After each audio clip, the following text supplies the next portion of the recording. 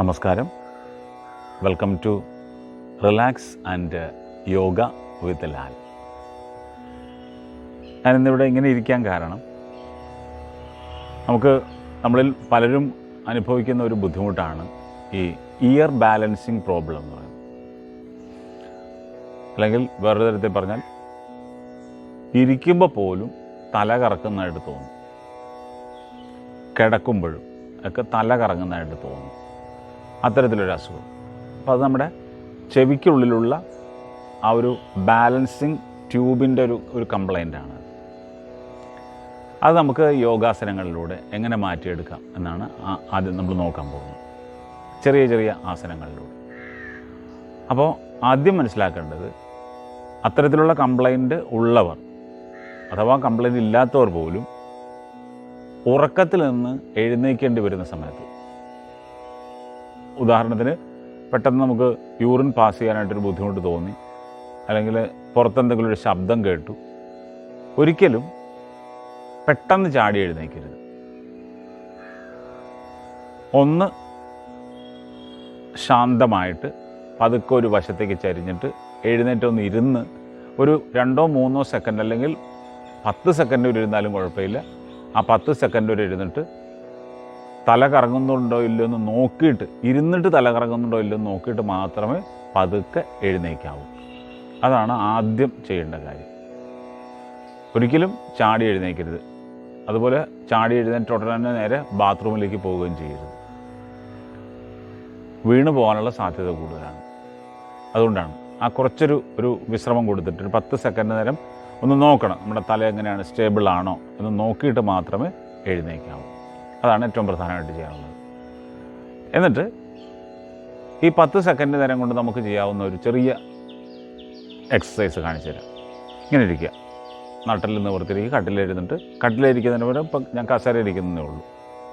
ഇരുന്നിട്ട് കൈകളിങ്ങനെ കോർത്ത് പിടിക്കുക. കൈകൾ കോർത്ത് പിടിച്ചിട്ട് നേരെ തലയ്ക്ക് മുകളിലേക്ക് ഇങ്ങനെ ഉയർത്തി, കൈകൾ രണ്ടും ചെവിയോട് ചേർത്തിരിക്കണം. കൈവെള്ള ആകാശത്തേക്ക് വരുന്ന രീതിയിലാക്കിയിട്ട് തല ഒന്നിങ്ങനെ ഉയർത്തി പിടിക്കുക. ആ കൈയിലേക്ക് നോക്കുക. ഓക്കെ, പതുക്കെ തല ഒന്ന് താഴ്ത്തുക. കൈകൾ അങ്ങനെ വലിച്ചങ്ങനെ പിടിക്കുക. ആ 2 വശങ്ങൾക്കും നല്ല വലിവ് കിട്ടണം. ഓക്കെ, എന്നിട്ട് പതുക്കെ കൈകൾ താഴ്ത്തി വയ്ക്കുക. ഇത്രയും ചെയ്യാം. അടുത്തത് നമുക്ക് നിന്നുകൊണ്ട് ചെയ്യാവുന്ന 1-2 ചെറിയ ചെറിയ ആസനങ്ങളാണ്. അപ്പോൾ ഈ കംപ്ലൈൻ്റ് ഉള്ളവർ, ഇയർ ബാലൻസിങ് പ്രോബ്ലം ഉള്ളവർ, അതിന് മെഡിക്കൽ ടൈമിൽ വെർട്ടിഗോ എന്നാണ് പറയുന്നത്. ആ ഇയർ ബാലൻസിങ് പ്രോബ്ലം ഉള്ളവർ ശ്രദ്ധിക്കേണ്ടുന്ന 2-3 ആസനങ്ങളാണ് ചെയ്യാൻ പോകുന്നത്. ഒന്ന്, പതുക്കെ എഴുന്നേറ്റ് നിൽക്കുക. എഴുന്നേറ്റ് നിന്നിട്ട് ഇതുപോലൊരു ചെയറിൻ്റെ സഹായം നമുക്കെടുക്കാം. ആ ചെയർ ഇങ്ങനെ ഇടുക. ചെയർ ഇങ്ങനെ ഇട്ടിട്ട് ഒരു കൈ കൊണ്ട് പിടിച്ചിട്ട് വെറുതെ മറ്റേ കൈ ഇങ്ങനെ പൊക്കുക. അതാ ഇതെന്തിനാണെന്ന് വെച്ചാൽ, നമ്മളിങ്ങനെ ഈ കംപ്ലൈൻ്റ് ഉള്ളവർ പെട്ടെന്ന് 2 കൈയും ഇങ്ങനെ പൊക്കി കഴിഞ്ഞ് ചിലപ്പോൾ ഇങ്ങനെ വേച്ചു പോകാൻ സാധ്യതയുണ്ട്. അത് ഒഴിവാക്കാൻ വേണ്ടിയാണ്. അപ്പോൾ ഒരു പിടുത്തം വേണം എപ്പോഴും. കസേര തന്നെ വേണം നിർബന്ധമില്ല. തൊട്ടടുത്ത് എവിടെയെങ്കിലും തൂണോ അല്ലെങ്കിൽ ഭിത്തിയോ ഉണ്ടെങ്കിൽ ആ ഭിത്തിയിൽ പിടിച്ചാലും മതി. കസേര ആകുമ്പോൾ നല്ല ഉറപ്പുള്ള കസേര ആണെങ്കിൽ, നല്ല ബലമുള്ള കസേര ആയിരിക്കണം. കസേര തെന്നിപ്പോകുന്നതാകരുത്. കസേര നല്ല ഉറച്ച പ്രതലത്തിൽ ഇങ്ങനെ നിൽക്കണം. ഇങ്ങനെ തള്ളിയാലൊന്നും പോകരുത് അങ്ങോട്ട്. കണ്ട, ഇങ്ങനെ തള്ളിയാൽ പോകരുത്, മറിഞ്ഞ് ഇങ്ങോട്ട് വീഴരുത്. അതൊക്കെ ഓർത്തോളണം. ലൈറ്റ് വെയിറ്റ്, ഒരു വിരലുകൊണ്ടൊക്കെ എടുക്കാവുന്ന കസേരയുണ്ട്. ഇത് കുറച്ചൊരു വെയിറ്റുള്ള കസേരയാണ്, നല്ല ഭാരമുള്ള കസേരയാണ്. അതുകൊണ്ടാണ് ഞാനത് ഉപയോഗിച്ചത്. അപ്പോൾ മരത്തിൻ്റെ കസേര, നല്ല ഉറപ്പുള്ള കസേര എടുക്കുക. ആ കസേരയിൽ ഇങ്ങനെ പിടിക്കുക. എന്നിട്ട് കൈ ഇങ്ങനെ ഉയർത്തുക. നമ്മളവിടെ സ്റ്റേബിളാണെന്ന് തോന്നിക്കഴിഞ്ഞാൽ, അല്ലെങ്കിൽ നമുക്ക് തലകറക്കം ഇല്ല എന്ന് തോന്നിക്കഴിഞ്ഞാൽ, മറ്റേ കൈയും അതുപോലെ തന്നെ ഉയർത്തുക.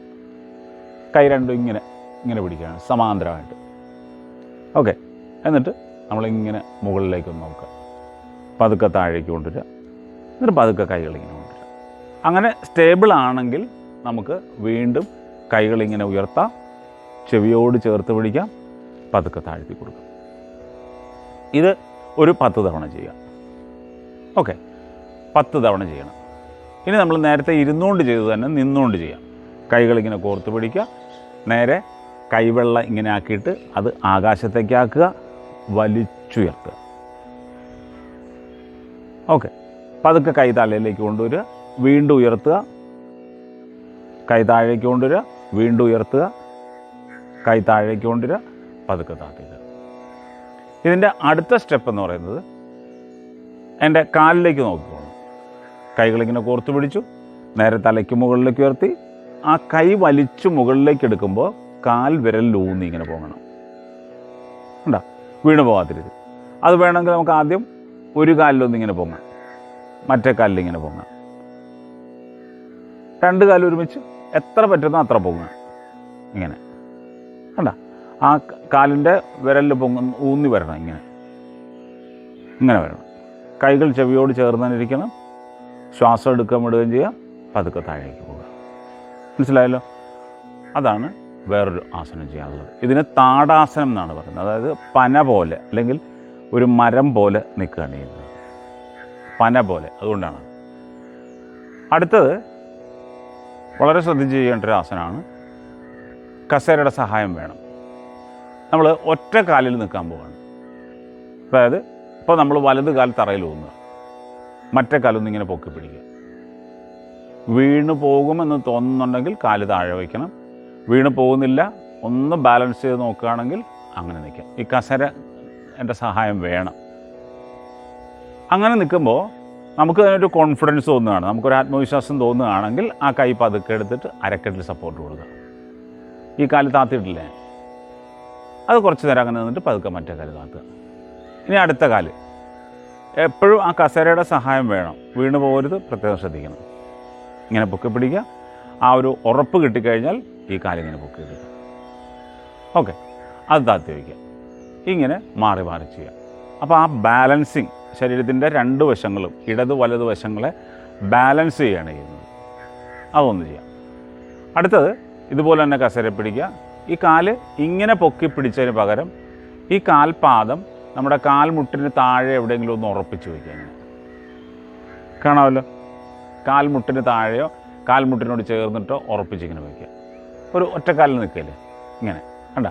ഈ കൈ പിടിവിടരുത്, കൈ അങ്ങനെ പിടിച്ചോളുക. എന്നിട്ട് നേരത്തെ പറഞ്ഞ പോലെ തന്നെ ബാലൻസ് കിട്ടിക്കഴിയുമ്പോൾ, നമുക്ക് ആ ഒരു ഉറപ്പ് കിട്ടിക്കഴിയുമ്പോൾ പതുക്കെ ഈ കൈയും കൂടെ എടുക്കുക, അരക്കെട്ടിൽ സപ്പോർട്ട് കൊടുക്കുക. ഇതെല്ലാം ഓരോ ഘട്ടം ഘട്ടമായിട്ട് ചെയ്യാവുള്ളൂ. സപ്പോർട്ട് കൊടുക്കുക. ഓക്കെ, വീഴാൻ പോകുമ്പോൾ നമുക്ക് കസേര പിടിക്കാം. ഇനി അവിടെ നമ്മൾ ഉറച്ചു എന്ന് തോന്നുമ്പോൾ, കുറച്ചുകൂടെ കോൺഫിഡൻസ് ആയി കഴിയുമ്പോൾ പതുക്കെ കൈകൾ റിലീസ് ചെയ്തിട്ട് നേരെ മുകളിലേക്ക് ഉയർത്തുക. ഇങ്ങനെ നിൽക്കുക. ഇതെല്ലാം ചെയ്യുമ്പോൾ കണ്ണുകൾ തുറന്നിരിക്കണം, പ്രത്യേകം ശ്രദ്ധിക്കുക. ഓക്കെ, ഇങ്ങനെ നിൽക്കുക. പതുക്കെ കൈ താഴ്ത്തുക. വീഴാൻ പോകുമ്പോൾ കസേര പിടിക്കണം, ആ പിടുത്തം വേണം എപ്പോഴും. ഇത് തന്നെ മറ്റേ കാല് ഉപയോഗിച്ചും ചെയ്യുക. ഇങ്ങനെ വയ്ക്കുക, ഉറപ്പിച്ചവിടെ അങ്ങനെ കാലിൽ ഉറപ്പിച്ച് വയ്ക്കുക. എന്നിട്ട് പതുക്കെ ഒരു കൈ അരക്കെട്ടിൽ സപ്പോർട്ട് കൊടുക്കുക. നമുക്ക് ഉറപ്പായി കഴിയുമ്പോൾ മറ്റേ കൈ അരക്കെട്ടിൽ സപ്പോർട്ട് കൊടുക്കുക.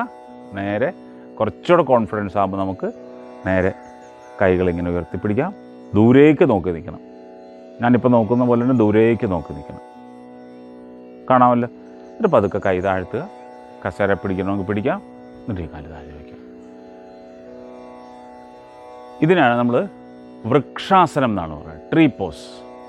ആ മരത്തിൻ്റെ വേരുകൾ പോലെ ഒരു കാല്, കൈകൾ ശാഖകൾ പോലെ നിൽക്കുകയാണ്. ഇങ്ങനെ താത്തുക. ഇത് മാറി മാറി ചെയ്യുക. ഇത്രയും കാര്യങ്ങൾ ചെയ്താൽ നമുക്ക് ആ ഇയർ ബാലൻസിങ് പ്രോബ്ലത്തിന് ഒരു പരിധിവരെ പരിഹാരം ഉണ്ടാക്കാം. വളരെ ശ്രദ്ധയോടുകൂടി. യാതൊരു കാരണവശാലും കഴുത്ത് ഇട്ട് കറക്കരുത്. ഇയർ ബാലൻസിങ് പ്രോബ്ലം ഉള്ളവർ ഒരു കാരണവശാലും കഴുത്തിട്ട് ഇങ്ങനെ കറക്കാൻ പാടില്ലത്. അത്യാവശ്യം കഴുത്തിന് വേണമെങ്കിൽ ചെറിയ സ്റ്റിഫ്നെസ് തോന്നിയിട്ടുണ്ടെങ്കിൽ പതുക്കെ ഒന്നിങ്ങനെ വളരെ സാവധാനം വലത്തോട്ടും ഇടത്തോട്ടും വേണമെങ്കിൽ ചലിപ്പിക്കാം. അത്രേ പാടുള്ളൂ. അപ്പോൾ അങ്ങനെ വളരെ കരുതലോടുകൂടി. കാരണം നമ്മൾ വീണ് പോകുന്നൊരവസ്ഥയിലാണെങ്കിൽ വല്ലാത്ത ഇഞ്ചുറിയൊക്കെ ഉണ്ടാകും. നമ്മൾ വീഴുന്നത് എവിടെയാണെന്ന് പറയാൻ പറ്റില്ലല്ലോ, തലയടിച്ച് വീഴാം. അപ്പോൾ അതുകൊണ്ട് ഇത്തരം കംപ്ലൈൻ്റ് ഉള്ളവർ വളരെ ശ്രദ്ധിക്കുക. ഒരു ഡോക്ടറുടെ സഹായം എപ്പോഴും ഉണ്ടാകുന്നത് നല്ലതാണ്.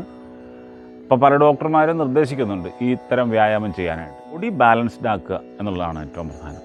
അതിനാണ് നമ്മൾ ഈ കാര്യങ്ങൾ ചെയ്തത്.